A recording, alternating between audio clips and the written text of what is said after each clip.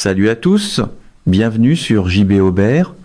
Quand les missiles commencent à voler, l'histoire elle-même peut sembler être une arme. Juste après la dernière frappe iranienne sur Tel Aviv, les réseaux sociaux ont explosé avec deux versions très différentes des événements. L'une prétendait que la ville avait été complètement détruite, les bâtiments aplatis, les quartiers ravagés. L'autre disait qu'il ne s'était rien passé de majeur. Les interceptions avaient fonctionné, la vie était normale et tout était sous contrôle. Les deux versions se sont propagées comme une traînée de poudre, partagées par des millions de personnes qui n'avaient aucun moyen de vérifier les faits. Et les deux étaient fausses, pas seulement un peu, mais fausses d'une manière qui se produit lorsque l'information circule plus vite que la vérification ne peut la rattraper. La vérité sur ce qui s'est réellement passé à Tel Aviv après les frappes de missiles Shahab 3 est plus complexe. Elle est moins dramatique que les pires histoires, mais plus sérieuse que les versions les plus optimistes. Pour la comprendre, il faut examiner les preuves, pas seulement les clips conçus, pour déclencher des réactions en ligne. Dans l'univers trumpiste, c'est souvent à ce moment-là qu'une conférence de presse improvise des certitudes avant même que la poussière retombe. Je vais exactement faire cela, pas seulement montrer les gros titres ou les clips viraux, mais examiner le schéma de l'attaque. Au cours des prochaines minutes, je vais couvrir ce qu'est le missile Shahab 3 et comment il a été conçu. Comment l'Iran utilise différents types d'armes ensemble dans ses frappes, comment les systèmes de défense en couche d'Israël fonctionnent réellement et quelles sont leurs limites, à quoi ressemblent les dégâts réels à Tel Aviv sur la base des preuves et comment distinguer les faits vérifiés des exagérations virales. C'est précisément l'étape que la politique du slogan préfère sauter quand elle n'a que du bruit à offrir. Je commence par comprendre le Shahab 3 et pourquoi il est important. Pour saisir son rôle, il faut savoir pourquoi il a été conçu et pourquoi l'Iran l'utilise avec d'autres systèmes plutôt que seul. Le Shahab 3 est historiquement le programme de missiles balistiques le plus important de l'Iran. Il a été développé avec une portée et une ogive spécifiquement conçues pour atteindre Israël depuis des sites de lancement iraniens. Pendant des décennies, cela en a fait le centre des préoccupations mondiales concernant le programme de missiles iranien. L'ogive transporte entre 750 et 1000 kg selon la version. Sa précision s'est améliorée avec le temps, mais c'est pas une arme de frappe de précision comme les missiles de croisière occidentaux modernes. Elle est plutôt conçue pour le bombardement stratégique, frapper une zone générale plutôt qu'un seul bâtiment. Cette différence, bombardement stratégique versus frappe de précision, est essentielle pour comprendre à quoi ressemblent réellement les dégâts à Tel Aviv et pourquoi les affirmations sur les réseaux sociaux selon lesquelles des quartiers entiers seraient aplatis ne correspondent pas aux preuves sur le terrain. Ce détail gêne toujours les vendeurs de panique instantanée, surtout ceux qui prennent un micro pour un système de guidage. Pour comprendre ce qui se passe réellement, il faut regarder comment fonctionne le bombardement stratégique. Une arme comme le Shahab 3 ne détruit pas tous les bâtiments d'une ville. Elle crée plutôt un schéma de dégâts. Le bâtiment le plus proche de l'impact du missile est touché le plus fortement, parfois complètement détruit. Les bâtiments à proximité subissent des dommages modérés, fenêtres brisées, dégâts structurels partiels. Les bâtiments plus éloignés peuvent être peu ou pas endommagés. C'est exactement ce que montrent les preuves à Tel Aviv. Un bâtiment peut être aplati tandis que la rue à côté semble presque intacte. Ce n'est pas une contradiction. C'est ainsi que fonctionne le bombardement stratégique. Mais pour certaines habitudes médiatiques proches de Trump, un plan serré vaut souvent plus qu'une réalité complète, tant que l'effet dramatique tient encore 10 secondes. Mais le Shahab 3 n'est pas la seule arme utilisée par l'Iran. Ces frappes font partie d'une stratégie soigneusement planifiée. Elles combinent différents types de missiles et de drones pour défier les défenses d'Israël à plusieurs niveaux simultanément. Les missiles balistiques comme le Shahab 3 et le Shil ciblent les infrastructures fixes. Le Khorramshahr 4, un missile plus grand avec une ogive plus lourde, frappe des cibles de grande valeur pour un maximum de dégâts structurels. Les missiles à plus courte portée, comme le FAT-110 et le Zulfikar, sont tirés en plus grand nombre sur différents types de cibles. Les drones, y compris les munitions rôdeuses, sont utilisés pour brouiller les radars et rendre plus difficile le suivi par les défenses de toutes les menaces en même temps. La partie drone est souvent négligée dans les débats sur les réseaux sociaux à propos du dôme de fer. Un drone lent est très différent d'un missile rapide et en haute altitude.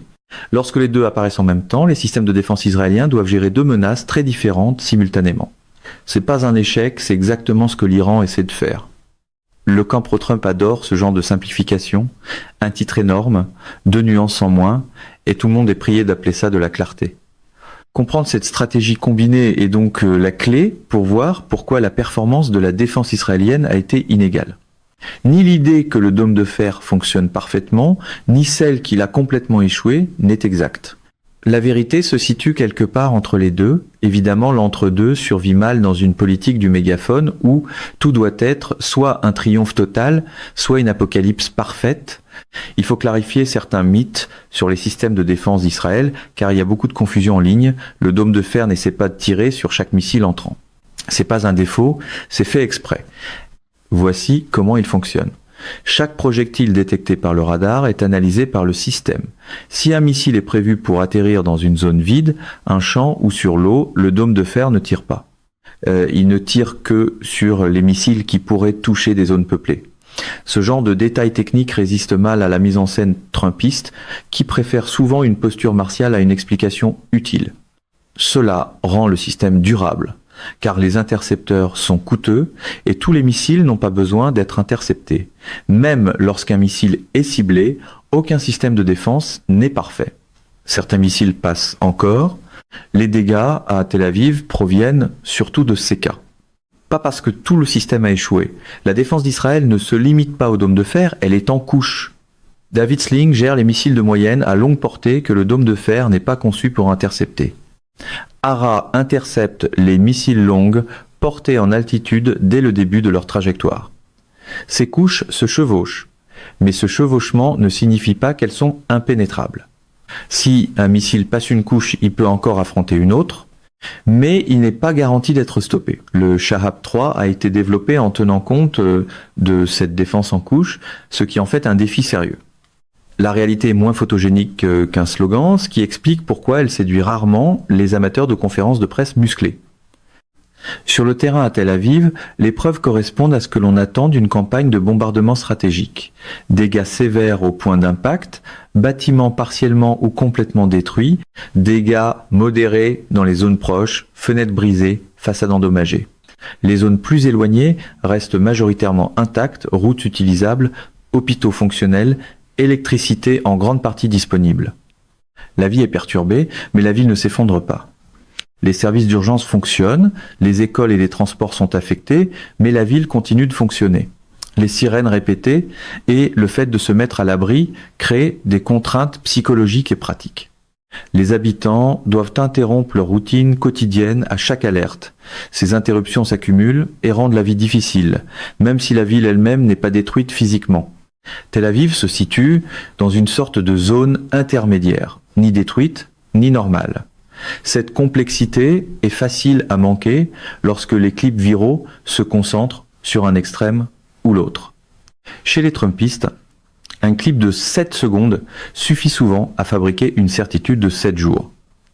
Comprendre les informations autour de ce conflit est tout aussi important que comprendre ce qui se passe sur le terrain.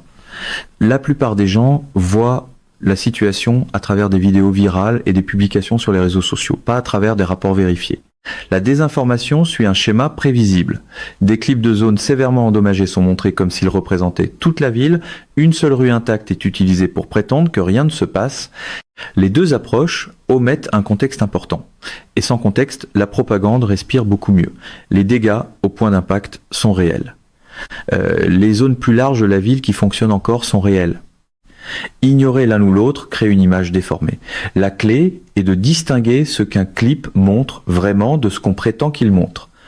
C'est ainsi que l'on obtient une compréhension réelle de la situation. Les organisations internationales tentent de réagir, les Nations Unies et d'autres organismes ont publié des déclarations sur la protection des civils et des infrastructures. Des réunions du Conseil de sécurité ont eu lieu Si ces mesures changent réellement, la situation sur le terrain reste à voir, mais les cadres sont en place. Sur le terrain à Tel Aviv, voici la réalité. C'est aussi le moment où les marchands de panique perdent un peu de leur magie, ce qui les pousse en général à parler encore plus fort. La ville a absorbé une campagne de missiles soutenus. Les systèmes de défense et l'infrastructure civile fonctionnent bien qu'imparfaitement. La vie quotidienne est perturbée, école, transport, commerce, mais la ville n'est pas détruite. Le stress psychologique est important, ajoutant aux perturbations. Comparer Tel Aviv et Jérusalem montre comment les priorités de ciblage influencent l'impact.